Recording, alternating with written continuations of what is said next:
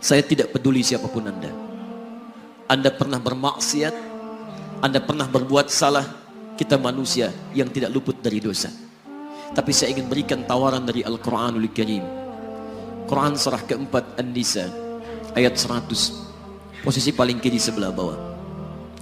Pernah ada orang berbuat maksiat yang tak terlukiskan. Ada seorang yang pernah bunuh orang. Bunuhnya bukan 1, 2, 100 orang. Tak terlukiskan bilangannya. Kriminalitas tidak perlu diukur karena Anda akan lelah menghitungnya. Ketika Allah berkenan memberikan hidayah kepadanya, Masya Allah. Dan hidayah selalu terbuka pada siapapun sepanjang ia mau mengambilnya sebelum nyawa sampai di kerongkongannya. Tiba-tiba datang ia pada seorang alim dan berkata, saya ingin berubah.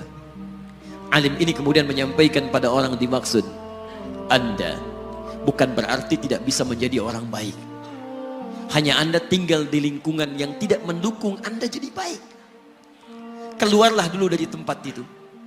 Pergilah ke majlis ilmu sifulan. Tempatnya ada di sana. Datang ke sana. Belajarlah. Dan Allah akan bimbing Anda berubah dari keburukan menjadi orang yang terbaik. Didengarlah nasihat alim ini. Berangkatlah orang dimaksud. Menempuh perjalanannya. Tiba-tiba Masya Allah. Belum sampai ke tujuan, di pertengahan jalan, konon disebutkan lebih sejengkal, tiba-tiba maut datang menjemputnya. Thumma yudrikul maut. Apa yang terjadi? Langkahnya dihitung sebagai ibadah. Dalam terapnya dia beristighfar, taubat kepada Allah subhanahu wa ta'ala. Taubat yang menghadirkan cinta Allah subhanahu wa ta'ala. Quran surah kedua ayat 222 di ujung ayatnya. Innallaha yuhibbut tawwabin. Allah mencintai orang-orang taubat.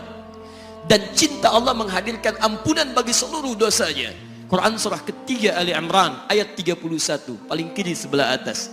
Qul in kuntum tuhibbunallaha fattabi'uni yuhibbukumullah. Allah cintai orang yang mau taat pada Rasulnya. Lihat, ketika Allah mencintai seorang hamba, wa yaghfir lakum dzunubakum, Allah ampuni seluruh dosa-dosanya.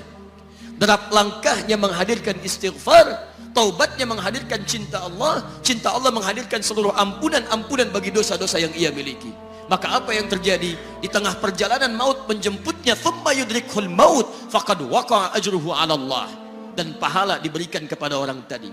Di jalan, maaf, maut datang, taubat diterima, dosa diampuni, dan amalan didapati dengan derap langkahnya. Maka apa yang terjadi? Thumma yudrikhul maut faqad waqa'a ajruhu 'ala Allah. Pahalanya dituliskan oleh Allah, dakhalal jannah, kata Nabi, masuk surga orang ini. Anda bisa bayangkan, pernah bunuh orang 100 orang, mabuk tak terlukiskan, kriminalitas tak perlu dihitung. Ketika dia mau bertobat, datang ke majlis ilmu, Masya Allah, meninggal di tengah jalan, kata Nabi, dakhalal jannah. Bertobat diampuni dosanya, derap langkahnya ada pahalanya, dakhalal jannah. Turun ayat untuk melukiskan tawaran yang sama kepada kita. Wa may yuhajir fi sabilillahi yajid fil ardi muraghaman katsiran was'a.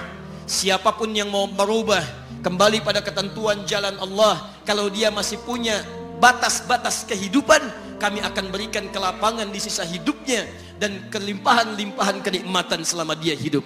Wa may yakhruj min baitihi muhajiran ila Allahi wa rasulih.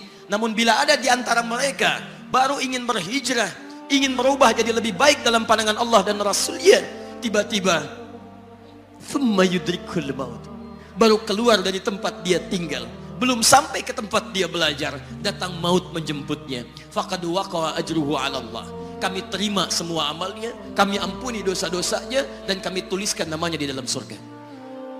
Bila 100 orang saja yang pernah dibunuh oleh orang ini, pernah bunuh 100 orang, mabuk tak terlukiskan, kriminalitas tak terhitung, mau berangkat ke majlis ilmu, tak sampai ke majlisnya, meninggal dia, bisa masuk surga. Masa Anda yang tidak pernah bunuh orang? Ada yang pernah bunuh orang di sini? Boleh angkat tangan? Ada polisi di sini, langsung saya sampaikan insyaallah.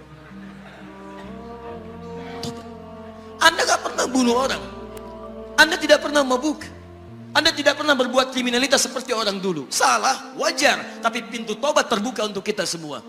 Masya Allah, bedanya dengan orang tadi belum sampai ke majlis ilmu, Anda sudah hadir di dalamnya, langsung di rumah Allah, diberikan tempat yang terbaik, dan kita akan belajar. Kalau dengan semua ini belum mempermudah Anda ke surga, dengan cara apa lagi Allah mesti mengantarkan Anda ke surga? Kalau dengan duduknya Anda di sini belum mau juga bertobat, dengan cara apa lagi Allah harus membimbing Anda bertobat? Kalau dengan seperti ini belum juga Anda taat kepada Rasul, dengan cara apa lagi Allah mesti meyakinkan Anda untuk taat kepada Rasulullah SAW? Karena itu teman-teman sekalian, mari kita pelajari ilmunya, dan dengan ilmu itu akan membimbing kita insya Allah kembali kepada Allah sampai mengajak keluarga kita ke surga insya Allah.